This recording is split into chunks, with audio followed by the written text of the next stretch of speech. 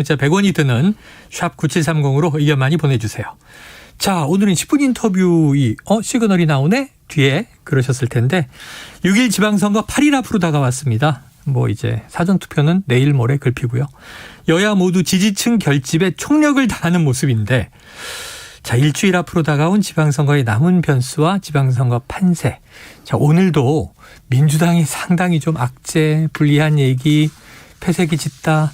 그래서 이분을 모셨습니다. 정봉주 더불어민주당 정개특위 공동위원장 나오셨습니다. 어서 오세요. 예, 안녕하세요. 정봉주입니다. 아직도 계속 도사로 활동하시는 거죠? 그럼요. 한번 네. 도사는 영원한 도사고 법사보다는 도사가 조금 더 위라 그러니까. 오늘 기가 막힌 전략들을 좀 쏟아내실 겁니까? 그렇진 않고 이제 상황을 좀 분석을 할 필요는 있죠. 네. 그리고 민주당이 지지율이 빠지고 있는 이유 그리고 지방선거는 도대체 무슨 정치적 함의와 의미를 갖고 있는지 네네. 그거 알면 이제 지금 민주당 지지율이 빠진다고 막 고통스러워하는 분들이 네네. 별로 이게 고통스러운 일이 아니구나. 그런 얘기를 할 수가 있죠. 전공법이세요. 그럼요. 그리고 단도직입적으로 처음부터 말씀을 드리면요. 네. 지방선거에서 지면 민주당이 몰락하나요? 지방선거에서 지면요. 네네. 윤석열 정부를 견제해야 된다고 하는데 지방선거에서 이기면 견제하고 지면 견제를 못하나요? 아니잖아요. 네. 그걸 갖고 두리뭉술 비빔밥처럼 섞어갖고 정체성 없는 비판과 정체성 없는 자기 비판을 하다 보니까 국민들이 혼란스러운 거예요. 네네네. 자, 그런 걸 정리를 좀 해야지. 이번 선거는 민주당이 기본적으로 약세일 수밖에 없는 선거고 질 수밖에 없는 선거인데 네. 왜 거기다 그렇게 많은 정치적 함의와 의미를 부여하려고 노력을 하지? 갑자기 얘기를 하시니까 예. 그런가 지금. 그럼요. 지금 팔랑귀인데. 지방선거의 결과가 네. 행정부를 견제한다라고 하는 건 정치학 교재 어디든 없어요. 없다. 뭘 견제합니까? 이미 견제할 힘을 갖고 있는데. 자, 행정부를 견제하는 건요.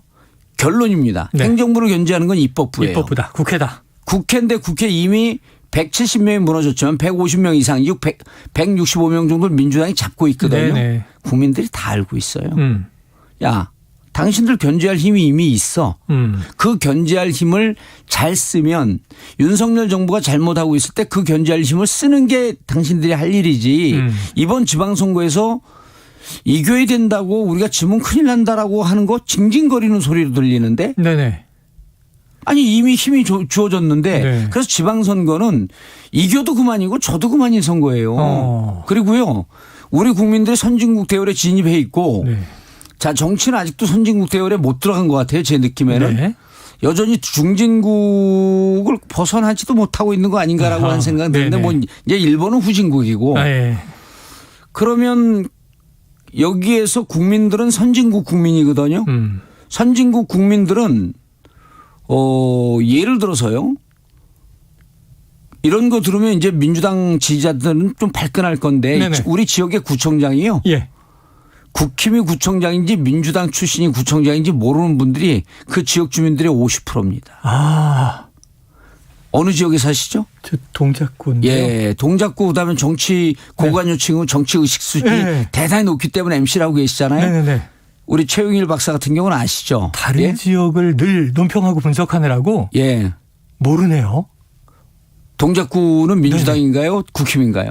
국회의원은 알아요. 민주당 국회는 알지만 구청장은 지난번에 서초구만 빼놓고 민주당이 다 압승해서 이겼는데 2018년에. 그렇죠. 그런 총론만 알고 있지 우리 지역의 구청장이 누구냐? 민주당 국회의원 출신이었는데 누구였지? 이름 석자를 모른단 말이에요. 그건 뭐냐면요. 조금 더 파고 들어가면 민주당 출신이 구청장을 하나 국힘 출신의 구청장을 하나 이제는 재정 갖고 장난치는 그러한 구청장의 시대는 선진국에서 못한다는 거예요. 되게 허를 찌르시네요. 그래서 지역 주민들의 삶은요.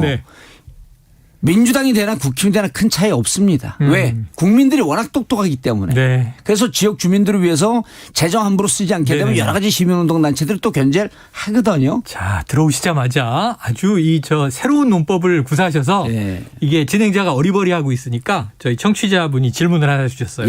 청취자 7970님, 정봉주님, 그래도 선거에 이 민심이 반영돼서 예. 이 승패 얘기 그렇죠. 그런 거 아닐까요? 예. 민심에 대해서는 어떻게 생각하십니까? 지금 이제 민심인데 네. 그 선거의 유형을 또 분석을 해야 됩니다.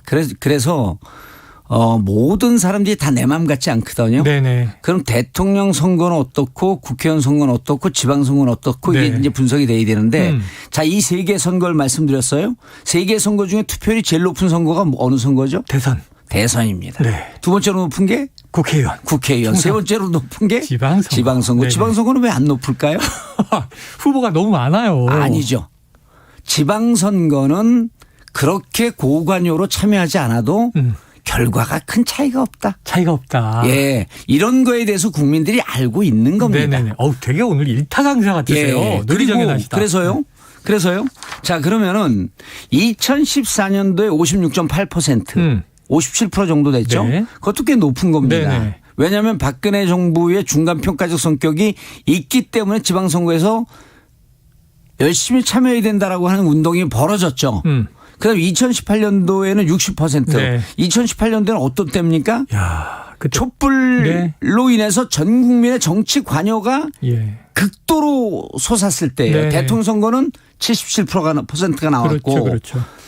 총 그 지방선거에서는요 60%가 나왔습니다. 자그마치 대선보다도 17%가 빠져나갔습니다. 네. 그렇게 정치적으로 열기가 높았음에도 불구하고 이건 뭘 뜻하냐면 그럼 17%는 대체로 정치 저관여층이었다. 그러니까 이분들은 난 이제 대통령 바꿔놨으니 또 탄핵에도 열심히 촛불에도 참여했고 뭐 네. 반대도 해봤고 대통령 선거라고 하는 나라의 중심축을 결정하는 선거가 끝났으니 예. 굳이 지방선거에 내가 참여할 필요가 있겠어? 하는 분들이 17%가 빠져나간 거죠. 네네. 자, 그럼 이분들은 중도적 성향이 많습니다. 그래서 지방선거는 중도층은 대체로 투표를 안 합니다. 중도층은요. 대부분 진영 투표로 가요. 네네. 그럼 국힘은 우리 쪽을 찍자고 우리 쪽을 지지하는 분들을 많이 투표장에 모시고 나와야 되고 민주당은 우리 민주당을 지지하는 쪽을 또 많이 모시고 나와야 되는데 기본적으로 4월 초중순에 여론조사를 하게 되면 국힘 쪽이 투표장에 나가겠다는 게 좀 더 높게 나옵니다. 예. 그리고 중도층은 거의 안 나와요. 또 새 정부 시작 시점이기도 하고. 그러니까 대체로 중도층이 안 나오는데 그중에서도 네. 선거에 진 쪽은 더더욱 투표장에 안 나간다. 자, 지금 이제 우리 그렇다고 한다면 민주당은 애당초 불리한 선거 지형의 시작이었다. 지형 자체가 불리하다. 예. 저희 봉도사님 말씀을 지금 쭉 들으니까 이제 정리됐어요. 예. 자, 지난 대선에서 민주당이 패배했지만 어쨌든 국민의힘 윤석열 대통령 행정 권력을 잡았고 예. 지금 뭐 민주당은 2020년부터 입법 또 권력을 잡고 있고 그렇죠. 예. 이제 힘의 균형은 있다. 그런데 이제 지방선거에서 지금 매일 나오는 얘기가 이거예요. 민주당의 고민. 아까 말씀하신 대로 열세다, 불리하다. 그러다 보니까 이재명 총괄 선대위원장의 책임론도 있고 아까 말씀하신 쿨한 방식으로 질 수도 있고 이길 수도 있어. 그럼 좋은데 패배하면 민주당 내에 자중질환이 벌어질 것이다. 이렇게 또 바라보는 관측들. 최근 민주당 지지율이 급락하면서 우리 후보들이 전체적으로 어려운데 저라고 예외는 아닌 것 같다.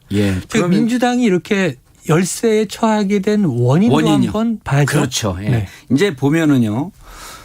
조중동과 이제 보수 언론을 보는 의원들이 민주당 내에서도 많습니다. 네, 뭐 출연도 많이 하시고요. 그런데 언론을 보고 쫓아가는 정치를 하게 되면 늘 지는 정치를 하거든요. 그러니까 본인의 정치 철학을 갖고 정체성이 분명해야 되는데 아까 제가 드린 말씀은 중도층 투표하지 않는다. 그러면 선거 전략은 나오는 거거든요. 네네. 우리의 적극적인 지지층에 소구하고 호소해야 된다. 그런데요. 자, 몇 가지 사건이 있었죠. 이번 오면서. 첫 번째 뭐가 있었냐면 검수완박 법안 통과가 있었습니다. 네네. 이 법안 통과가 있자마자 보수 언론 및 중도 언론에서 난리가 났어요. 독주다. 네. 이렇게 지금 강성 지지층만 바라보면 어떡하냐. 강성 지지층은 없습니다. 적극 지지층이 있을 뿐이죠. 강성 지지층이라고 하는 표현을 쓰는 순간 이건 가짜 프레임에 쌓인 거죠. 자, 검수완박이 그 법안이 통과되고 난 다음에 전체적으로 민주당 지지율은 빠지지 않았습니다. 안 빠져요. 네. 그러면은 결국 보수 언론에서 봤던 검수완박 때문에 민주당 지지층이 돌아서고 있어. 중도가 돌아서고 있어. 이 말이 대체로 거짓. 맞지 않다. 맞지 않는 거죠. 네네네. 그런데 그다음에 이제 무슨 일이 있었냐면요. 투표율이 벼랑한 11%에서 13% 정도 이렇게 쭉 빠져요. 민주당이 왕창 빠집니다. 그때 어떤 일이 있나 봤더니 한동훈 법무부 장관 청문회 때 네네. 시쳇말로 똥볼로들이 똥보로 찬 거죠. 한 방이 없었다.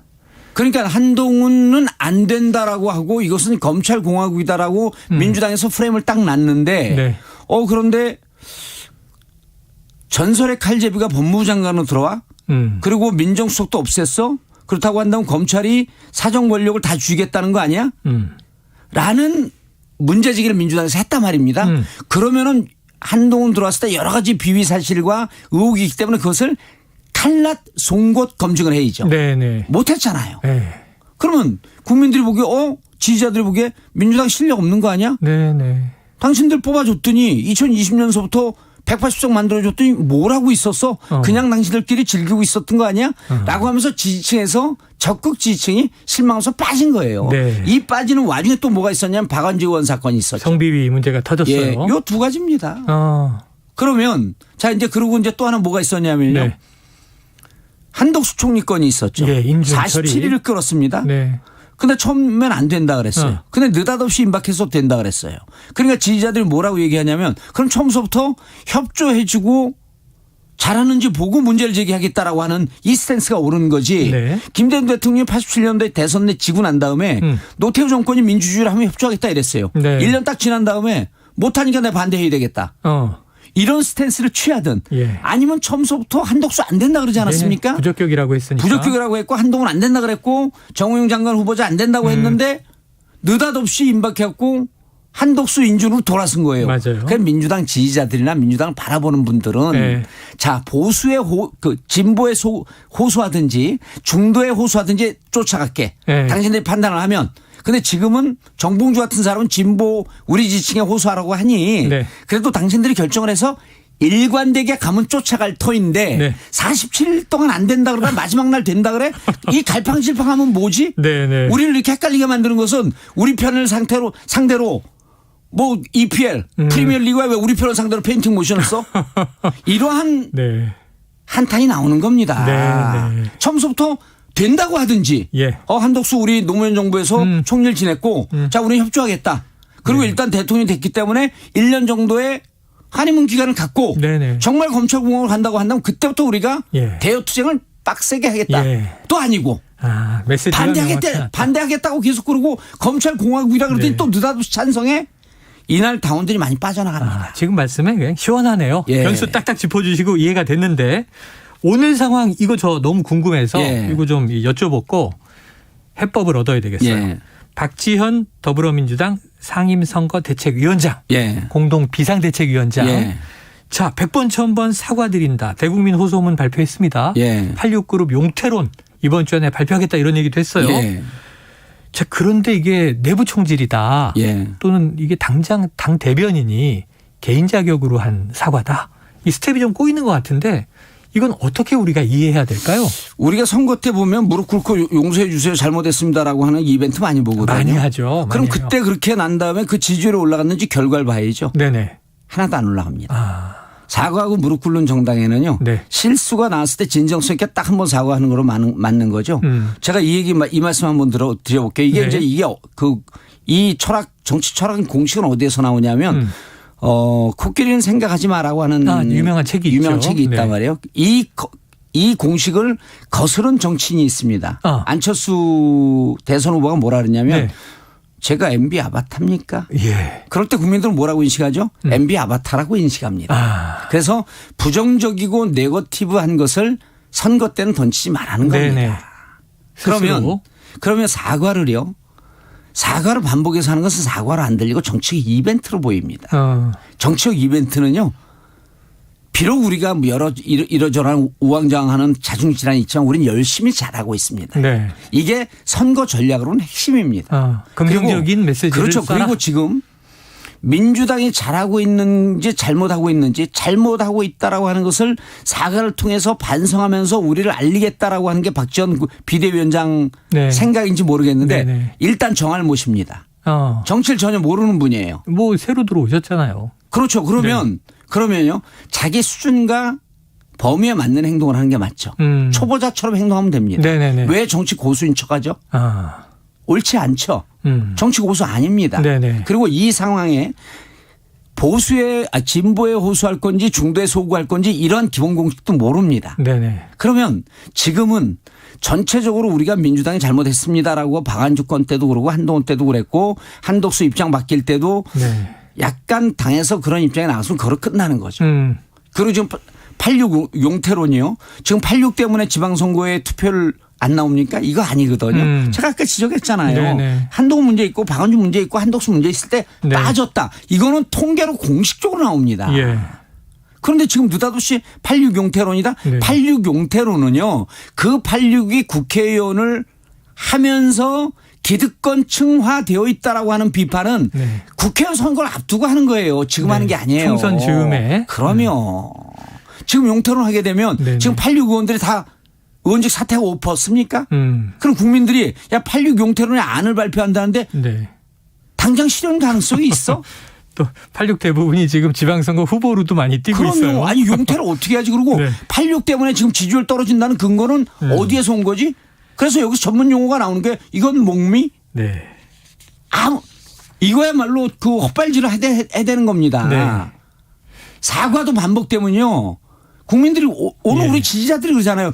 뭔 사과를 이렇게 선거 때 잇따라서 하냐. 이건 네. 사과가 아니라 짜증나는 이벤트다. 네. 하지 말았어야 되는 이해가 거죠. 됐습니다. 예. 선거 전략 전문가로서 연이은 사과 이거 안 좋다. 패착이다. 제가 긍정적인 메시지 해라. 전략 전문가이기도 하지만 네. 사실은 정치 철학 전문가입니다. 정치 철학 전문가. 전략은 네. 철학적 베이스먼트를 갖고 있지 않으면 맞아요. 전략이 살 수가 없는 맞아요. 거죠. 홍보 잘하시잖아요. 네. 그래서 지금은 민주당이 어차피 투표율이 낮아지는 국면 이번에요. 네. 55에서 57 가면 맥시멈입니다. 55에서 왔다 갔다 할 거예요. 55가 안 나올 수도 있습니다.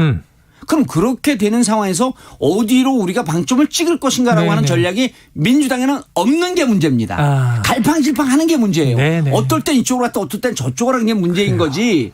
지금 86 용태론요. 저 86 기득권 카르텔 이거 문제 제기하는 사람이지만 네. 지금은 아니다. 자, 이런 거죠. 네. 중요한 말씀이세요. 이런 거죠. 중간고사 시험이 내일 모레인데 기말고사 공부하고 있는 학생이에요. 네. 옳지 않습니다. 네. 옳지 않다. 예. 지금 얘기를 해 주셨어요. 괜찮네요. 정치 철학자 봉도사님. 네. 이야기를 이제 아주 명쾌한 이야기를 듣고 계십니다. 자, 요 고민 좀 또 해결해 주세요. 이재명 후보 예. 총괄 선대위원장 끌어안았죠. 예. 선거 전체에 대한 책임도 있죠. 인천 개항을 해서도 또 본인은 당선을 위해 뛰고 있죠. 예. 그런데 지금 이제 여론조사가 좀 심상치 않다 보니까 예. 그래서 오늘 박지원 위원장 이제 사과가 나왔다 이런 얘기도 있고. 그런다고 올라가지 않습니다. 네네. 자, 이재명 후보가 막판 일주일 예. 27일, 28일은 개항과 인천에 집중한다. 근데 또 전국구를 뛰어야 되잖아요. 예. 어떻게 보세요? 이재명 후보의 딜레마. 저는 그 이재명 후보가요. 개항에서 압승한다라고 하는 게 최고의 전략입니다. 네네. 다른 지역 갈 필요 없어요. 왜냐하면요. 이게 말 타고 서울에서 부산 가는 시대가 아니거든요. 네네. SNS 시대고 LTE 시대고 5G 네네. 시대 아닙니까? 네. 서울에서 있는 소식은 바로 실시간으로 부산으로 그렇죠. 갑니다. 그렇죠. 부산에 가서 얼굴 보인다라고 하는 것은 우리 지지자들에게 약간의 용기를 심어 놓아줄 뿐이죠. 오히려 공중파 방송 활동을 하는 게 더 맞습니다. 그래서 일단 개항에서 약세이다라고 하면요. 내 관중석에 선수가 응원단이 없는 플레이하는 거나 똑같아요. 이재명 후보가 개항에서 이기는 게 가장 강력한 응원입니다. 네. 그렇기 때문에 지방에서 뛰는 분들도 야 이재명 후보가 압승한대. 그러다 보니까 그 여파가 인천도 가고 경기도 가서 네. 다시 힘이 나고 있대. 우리 지지층이 나가면 이기는 거야. 네네네. 정봉주 얘기가 중도층 이번에 투표 안 나온대. 한 17%에서 20% 날라간대. 네네. 그래 그럼 우리 주위에서 우리를 찍었었는데 나 이번엔 실망스러워서 안 할래. 그렇지만 그렇다고 하더라도 우리가 지방선거 그렇게 참패하면 어쨌든 뭐 지역도 지역 내부에서 견제하게 되면 우리 생활의 예산이 좀 빠져나가지 않겠어? 라는 아주 생활 밀착형 그런 설득을 하는 게 맞다. 네. 그리고 이재명 후보는 개항에서 이기는 전략으로 가는 게 맞다. 자, 지금 딱 이 막판 일주일 중에 개항과 인천에 집중할 예정이다. 예. 지금 이 전략은 이재명 후보에게 전달하셨군요. 그러지 않습니다. 이재명 후보가 무슨 얘기를 했냐면요. 투표해야 이깁니다 있잖아요. 네네. 제일 정확한 판단이에요. 투표해야 이깁니다. 그래요. 예. 투표에 이긴다. 자, 이번 선거에서 꼭 승리해야 한다고 이야기하는 격전지. 상징적인 의미입니다만 예. 서울, 인천, 경기 수도권이잖아요. 예. 지난 또 대선의 파장도 있고. 예. 자, 그런데 이제 수도권에서 민주당이 오랫동안 강세였는데 예. 아시잖아요. 근데 이번에는 아주 고전을 하고 있어요. 좀 지지층, 중도층, 좀 수도권에서 견인 예. 전략을 팁으로 주신다면. 대선 패배의 후유증입니다. 그리고 대선 패배의 후유증인데 그 전에 수년간 전국 선거에서 압승을 했잖아요. 네. 그거에 대한 반작용이죠. 그리고 국민들은요. 일정 정도 기간 동안 기회를 줬기 때문에 그 네. 반작용으로 이제는 당선된 윤석열 정부에게 기회를 주고 싶은 심정이 있습니다. 이걸 꺾기는 무척 쉽지가 않거든요. 네. 그렇기 때문에 기본적으로 어려운 선거다. 그래서 어려운 선거인데 그러니까 지기 때문에 당연하다 이렇게 받아들이지 말고 어려운 선거지만 그래도 지방선거에서 특히 서울 같은 경우는 국무위원 참여거든요. 네. 서울시장 그렇죠. 예, 서울시장은요. 그 장관 대우니까 뻔히 질 선거지만 여기에서 일방적으로 수도권을 압승을 한다고 한다면 저들의 오만함이 극에 달할 수 있겠다. 라는 정도로 우리에게 가벼운 견제의 힘이라도 좀 줘라. 네네. 그러나 우리는 국회에서 견제의 힘을 갖고 있기 때문에 이제 국회에서 입법부에서 행정부를 견제할 수 있는 일을 잘하겠다. 역할하겠다. 잘하겠다. 하지만 지방에서도 조금 더 잘할 수 있는 기회를 적어도 한 곳 정도는 좀 줘라 하면서 각자가 한 곳이 우리 지역이 됐으면 하고 네. 호소해서 좀 진정성 있는 호소로 먹혀 들어가야죠. 예. 아까 이제 중요한 불필요한 대국민사가 필요 없습니다. 네, 알겠습니다. 예. 아까 이제 중요한 변수들 다 이제 꼼꼼하게 짚어주셨으니까.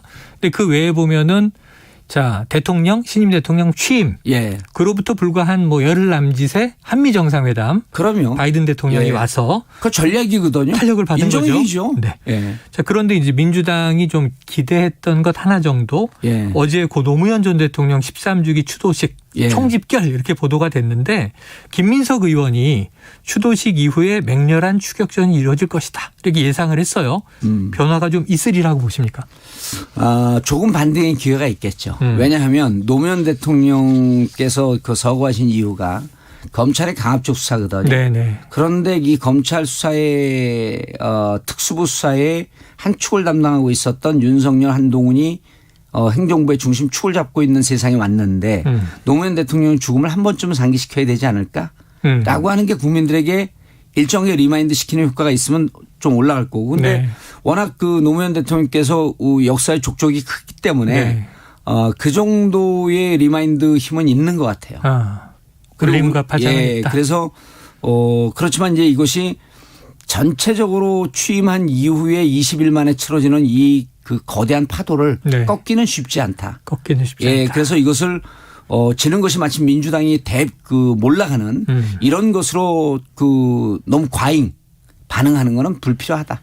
네. 예, 지면 그리고 지고 참패하면 그 자리에서 다시 태풍 이후에 재건과 복구에 이런 준비를 하는 것이 맞는 거지. 네. 이번에 온 힘을 다해서 이번에 지게 된 마치 민주당이 끝나는 듯한 이러한 등은 국민들도 결코 동의하지 않는다. 왜? 아까도 말씀드렸지만 입법부 170명의 권한을 갖고 있기 때문에 너희들은 이번 선거에 져도 크게 지는 건 아니야. 네. 라는 심리가 있거든요. 그렇기 때문에 정말 국민들이 이해 가능할 정도로 아주 디테일한 부분에서 선거 전략을 잘 짜고 들어가야 된다. 네. 예. 알겠습니다. 총론 안 됩니다. 자, 당론에 그래서 강해야 됩니다. 시간은 이제 얼마 남지 않았는데 예. 오늘 봉도사님의 그야말로 이거 수능 보기 전날 특강 같은 예, 느낌이에요. 원포인트 쪽집게. 쪽집게입니다. 일타 강사가 쫙 정리해 주셔서 이대로 이제 민주당이 좀 예. 실행을 해서 그래서 민주당 남은 선거운동 기간. 하시는 분들이요. 네. 편하게 하세요. 편하게 하라. 예. 초조해하지 말고 징징거리지 말고 편하게 하세요.